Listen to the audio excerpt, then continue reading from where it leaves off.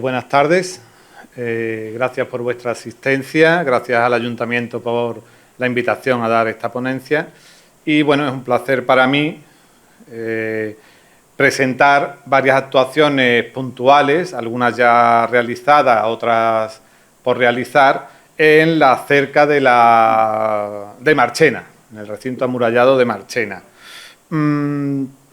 Bueno, yo voy a hacer una aproximación bastante arqueológica o escueta a las distintas intervenciones para mostrar cómo nuestras pequeñas actividades arqueológicas en distintos puntos pues van sumando poco a poco una serie de datos que, una vez en su conjunto y sumados a los ya existentes, nos van a permitir una visión o acercarnos más a la realidad de la muralla de Marchena y a la vez planificar futuras actuaciones de investigación y de puesta en valor de la misma.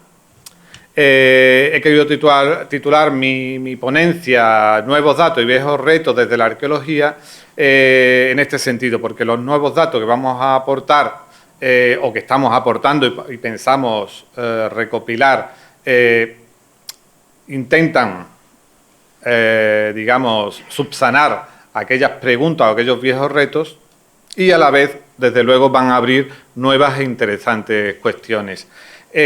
Bueno, no me voy a parar mucho en el recinto porque ya Mariluz lo ha avanzado, pero bueno, por si alguien se ha sumado a mi ponencia y no estaba en la suya, pues diremos que hay tres partes principales en el recinto amurallado: la de la Medina, la Alcazaba y el Parque. Algunas de las cuestiones principales de estos viejos retos eran tanto delimitar los recintos completamente, como la cronología de los mismos, su evolución y sus reformas. Sobre todo la cronología, porque la delimitación están bastante correctas o bastante pilladas por la antigua planimetría, por la topografía y los propios restos existentes, pero sobre todo hay algunas dudas en la cronología y sobre todo hay que fijar bien su evolución y las reformas que presentan, ¿no? Sobre todo adscribir con absoluta certeza muchas de esas reformas que, bueno, en teoría corresponden a documentos históricos como esa reforma del siglo XV. Bien, voy a presentar tres actuaciones, una realizada, la del recinto del Parque, correspondiente a la ciclosenda, bueno, que está el recinto del Parque más Torres Caídas, esa ejecutada, y dos por ejecutar, la del Torreón 11, que Mariluz acaba de exponer, y la de Puerta de Morón, aunque evidentemente el centro de mi ponencia va a ser los resultados de la actuación sobre el Parque. La actuación arqueológica se desarrolló en forma de control arqueológico de los movimientos de tierra durante las obras de realización de la ciclosenda. Quiero remarcar que esta modalidad de intervención arqueológica, como su nombre indica, es un control de los movimientos de tierra que se realizan durante las obras. Por lo tanto, no es una labor de investigación o no es una actividad arqueológica puntual, hay distintos tipos de actividades. Aquí el desarrollo de la obra es continuo y el arqueólogo está presente. Si sale algún hito, pues nos paramos momentáneamente, lo podemos estudiar, se llama cultura, lo estudia y cultura ya decide si la obra continúa, en qué condiciones ha de continuar o no, si se para, en fin, que es una evolución del continuo de la obra, un seguimiento, que también es su nombre, un seguimiento de las obras. Por lo tanto, está muy condicionada a la propia obra, ya que las obras tienen unos plazos, tienen unas medidas de seguridad, tienen unos presupuestos, evidentemente, y nosotros nos tenemos que enmarcar siempre dentro de eso, pero además siempre dentro de la, digamos, de la legislación, evidentemente, y de las órdenes que nos den desde la Delegación Territorial de Cultura en Sevilla, ¿no? Ahí tenéis enmarcada en rosa el recorrido de la ciclosenda y en punteado amarillo la cerca, incluido el parque.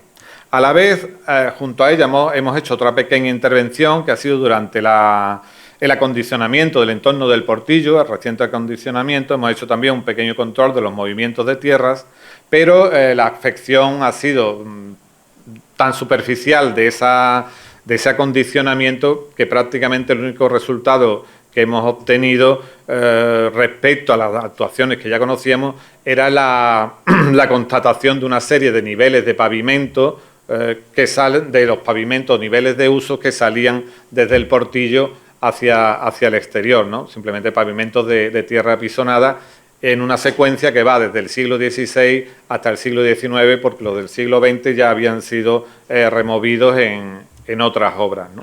Ahí ha habido poco resultado. Bien, el recinto del parque supuestamente evidentemente forma parte del recinto de la cerca, pero podemos plantearnos desde luego si, dada su fisionomía, si corresponde al mismo momento de toda la cerca o si se trata de una remodelación de la misma o una ampliación de la misma en época tardoalmohade, en época cristiana, en fin. Ya Tania Bellido contempló la posibilidad de que fuese tardoalmohade o que incluso fuese ya del periodo bajo medieval cristiano, siglo XIV, y vinculado a los conflictos entre Pedro I y su hermano en ese siglo. El recinto, evidentemente, evoluciona en el tiempo, se construye el convento de Capuchino, queda seccionado, después hay otra serie de construcciones que lo van alterando y que llegan hasta el siglo XX. Uno de los mejores planos donde se observa este recinto es el de 1826, levantado por Spínola, donde se conservan, están viendo ustedes aquí, aún se conservaban todas estas torres. Este recorrido de aquí no tiene torres, pero aquí hay un pequeño cuadrado. Incluso tiene las torres caídas aquí, que ya no tienen la muralla, pero sí se distinguen las torres. Los planos posteriores, este es de 1868, bueno, está un poco pequeño, pero bueno, están las torres, pero tampoco aporta ningún dato. Y estos, que son ya bastante posteriores, tampoco aportan ningún dato novedoso respecto al plano de Spínola. Con esos datos, más la bibliografía evidentemente existente, iniciamos los controles del movimiento de tierra o el control del movimiento de tierras, que prácticamente se centraba en esta zona de aquí, justo en la zona atravesada por la carretera, el entorno del portillo y justo en este tramo de muralla que en principio se iba a descubrir y porque la ciclosenda iba justo encima del mismo. Perdón, me he ido. Es que tenía un vídeo, pero como la presentación es en PDF, no lo voy a poder poner. Esto es una fotogrametría, una infografía que hemos realizado de este entorno, de este tramo conservado de la muralla.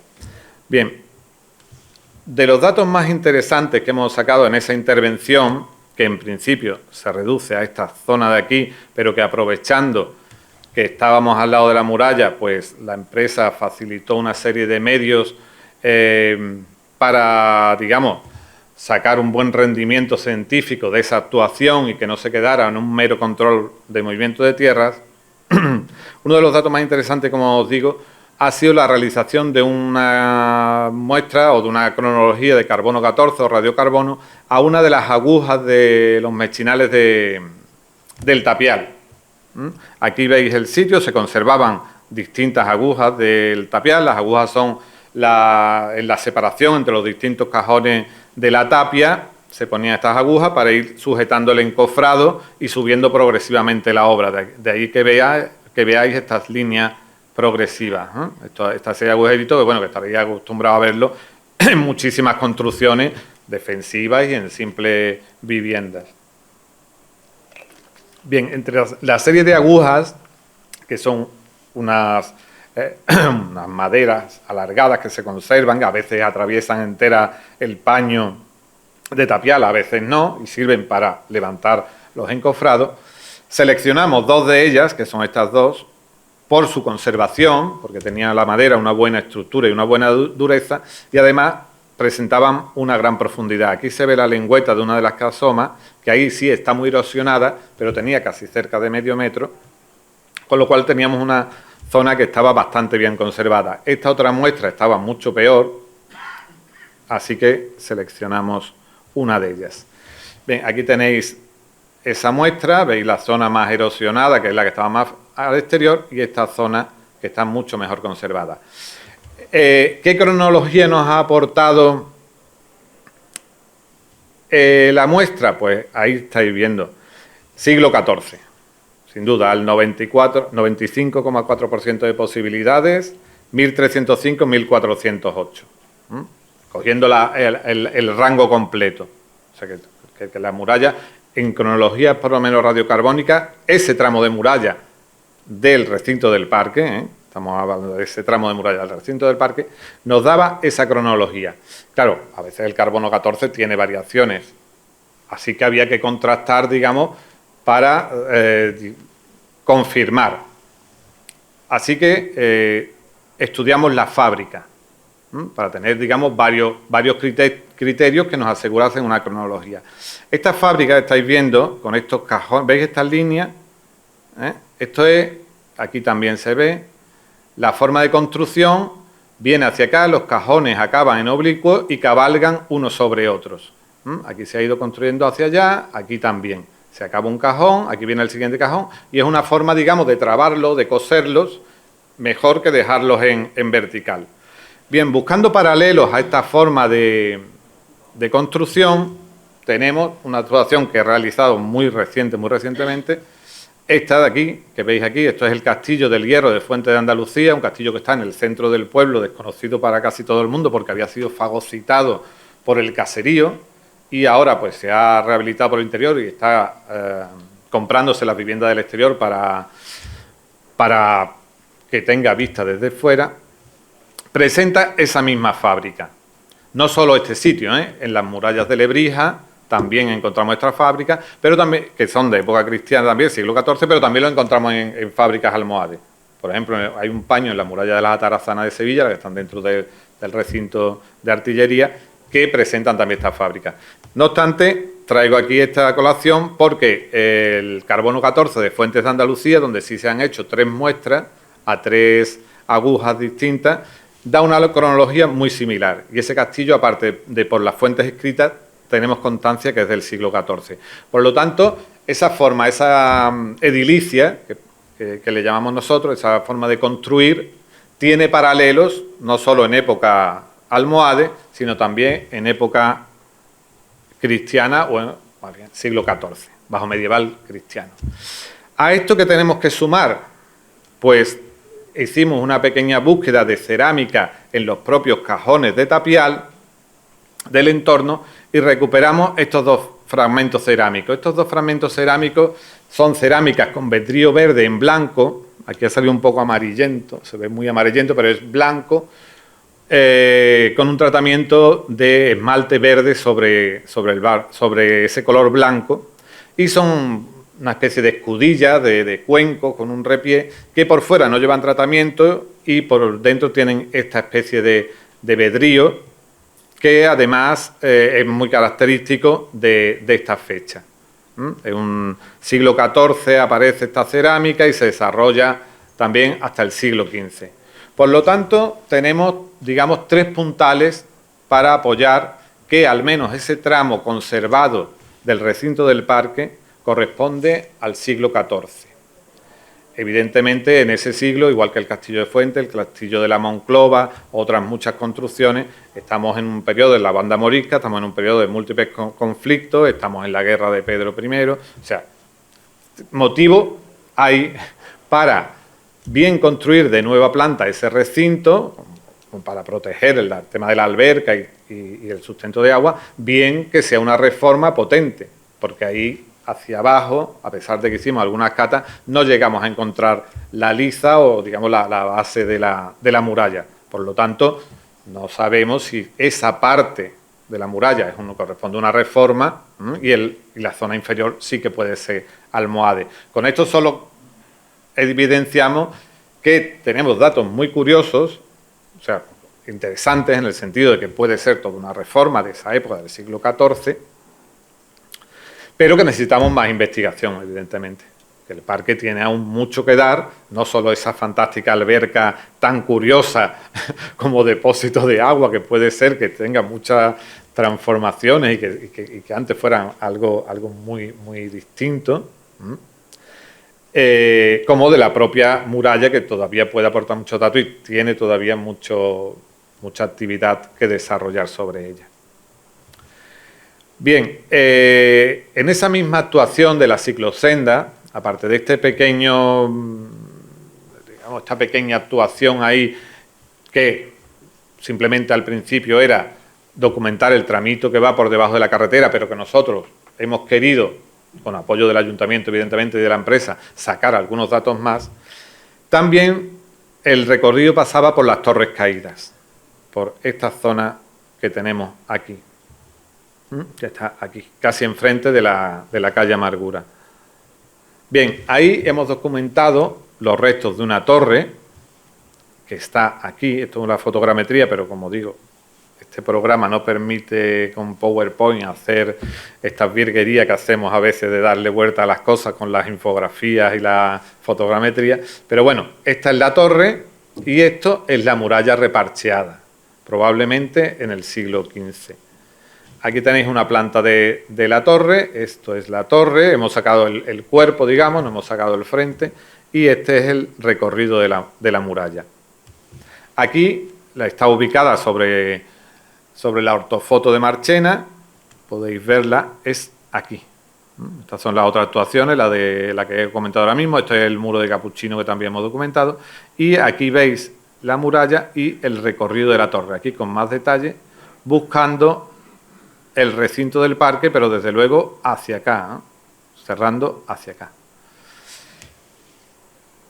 ¿Qué importancia tiene esta actuación? Bueno, pues evidentemente saber dónde se ubican exactamente las torres, saber el estado de conservación, porque dadas las características de la intervención, evidentemente no nos hemos podido ampliar en anchura ni en longitud, temas evidentemente presupuestarios, pero también temas de seguridad y salud, en fin, distintas hándicaps que impiden que en ese momento se amplíen las obras. No obstante, la tenemos ya ubicada, sabemos que el estado de conservación es bueno, con lo cual podemos hacer una previsión de futuro sobre qué se quiere hacer en ese futuro con ese recorrido de las Torres Caídas. No es que vayamos a quitar a lo mejor la carretera, pero por lo menos sabemos que están, que no sean, que está tanto la muralla, el paño, como las torres, ¿no? Prácticamente a una altura casi de un metro al metro, ¿no? Bien, aparte de esta intervención que ya hemos realizado, tenemos dos actuaciones pendientes en la cerca, desde Arqueología y Gestión. Evidentemente después hay otras actuaciones que además Fernando Amores la expondrá después. Una que es la T11 que ha expuesto Mariluz, que creemos que puede dar unos datos muy interesantes, porque esperemos que detrás de la vivienda, y como ella bien ha dicho, las viviendas fagocitan, impiden la visión, pero a la vez nos han permitido una excelente conservación de muchos de los lienzos cuando eliminamos esas viviendas.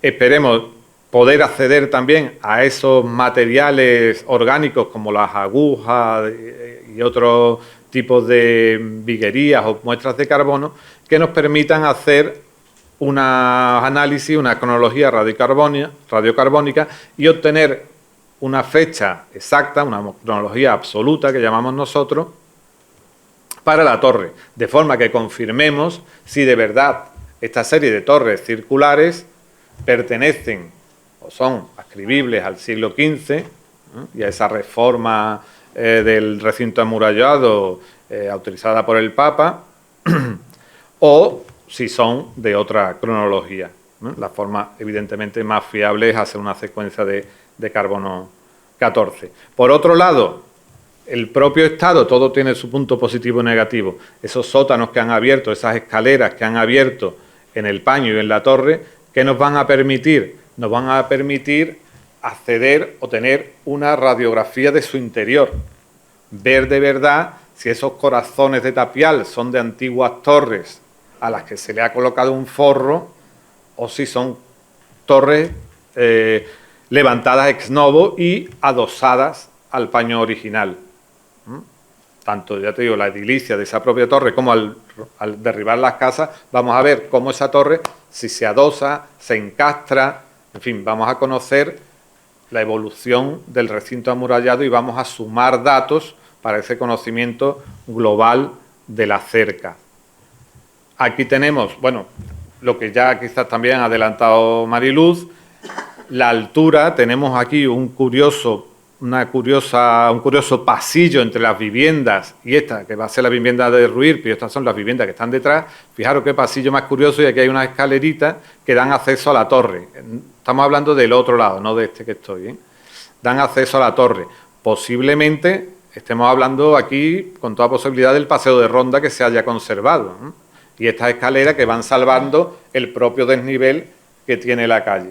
Con lo cual es una zona muy delicada donde actuaremos con mucha precisión, vamos a decirle quirúrgica, durante el derribo, de cara a confirmar todos esos datos, y así esa escalera y ese pasillo corresponden al paseo de ronda, conservarlo y dañarlo lo menos posible en los procesos lo menos posible, no dañarlo en los procesos de derribo. Ahí es muy importante la labor de coordinación entre arqueólogos y dirección de obra, porque esas afecciones, esas vigas, esos forjados encastrados en la muralla, siempre hay que tener mucho cuidado al sacarlo. Hay encofrados, hay cosas, elementos en la muralla que tal vez necesiten una documentación previa a esa extracción de los forjados porque pueden dañarse. En fin, hay muchos fenómenos ahí que es necesaria esa coordinación para llegar a un buen puerto.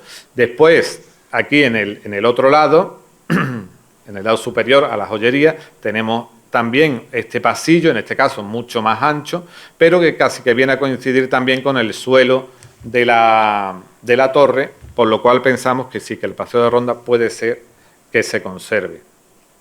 Bien, aparte de estos datos, evidentemente, una vez digerido y analizado esos datos que nos van a aportar el carbono 14, la relación estratigráfica con la cerca y el acceso al corazón de la torre a través de ese sótano y de esa escalera, podremos, aportar nuevos datos para la caracterización de esas serie de torres circulares y para afrontar la intervención en futuras torres, porque ya vamos a conocer además su interior, vamos a saber su resistencia. Ya me salgo del plano solo arqueológico, ya vamos a saber a qué nos estamos enfrentando en cuanto al elemento orgánico en sí o elemento constructivo en sí, ¿no? Cómo está de fuerte, de qué están hechas, de qué no están hechas. Este va a ser, digamos, un acercamiento completo que nos va a permitir después plantear otra serie de actuaciones, sobre todo en el plano arquitectónico y en el plano arqueológico, ¿no? Bien, aparte de esta, perdonad, voy a beber. La otra actividad que está por desarrollar es una actividad muy pequeñita en cuanto a la labor de obra. Está motivada por un saneamiento de las paredes, humedades y desconchones que presenta la oficina de turismo, algunas pequeñas patologías menores, pero para la que se ha pedido una intervención arqueológica de carácter paramental. La Torre de Morón ya fue objeto de estudio la Puerta de Morón, perdón, por parte de Tania Bellido. Aquí tenéis el estudio estratigráfico paramental que ya hizo, pero en la nueva actividad arqueológica vamos a estudiar no solo esta cara, que evidentemente ella es una gran profesional y no dudo de que tenga un correcto planteamiento, pero vamos a poder acceder a las otras caras y completar este estudio en el conjunto de la torre.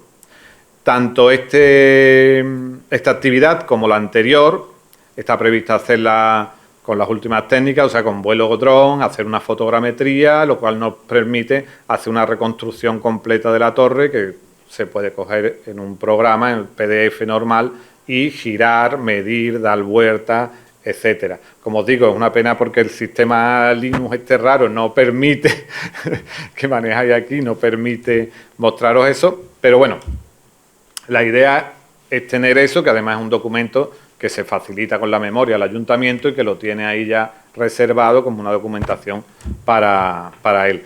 Del mismo modo que en el texto anterior, si durante ese picado, aunque es muy leve, conseguimos documentar alguna de esas agujas o otro elemento orgánico que nos permita hacer una datación radiocarbónica, pues también se hará y ya iremos mucho más seguros a la datación de aquel paño en el que se recupere este elemento, ¿no? Segundo. Como os digo, esto sí se recupera. Esto es, digamos, esa infografía. Esto no estaba así previsto, digamos, en aquella actuación, pero bueno, es sobre la actuación que hicimos en la ciclosenda. Me he quedado.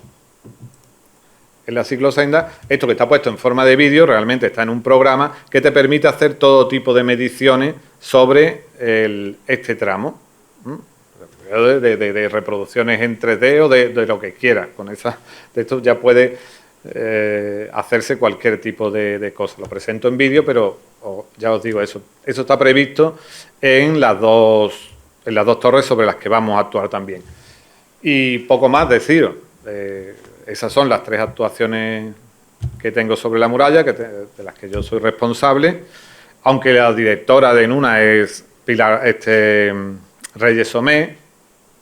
Yo soy en otra y en la otra creo también está ella. Pero bueno, estamos en la empresa Arqueología y Gestión y esto va como un paquete. No va unos datos de una excavación se van por ahí y otros que muchas veces ocurre eso con las actuaciones, que unos datos van por un lado, otros por otro, porque somos directores distintos, ¿no? En este caso va todo dentro del mismo paquete. Pues nada, muchas gracias.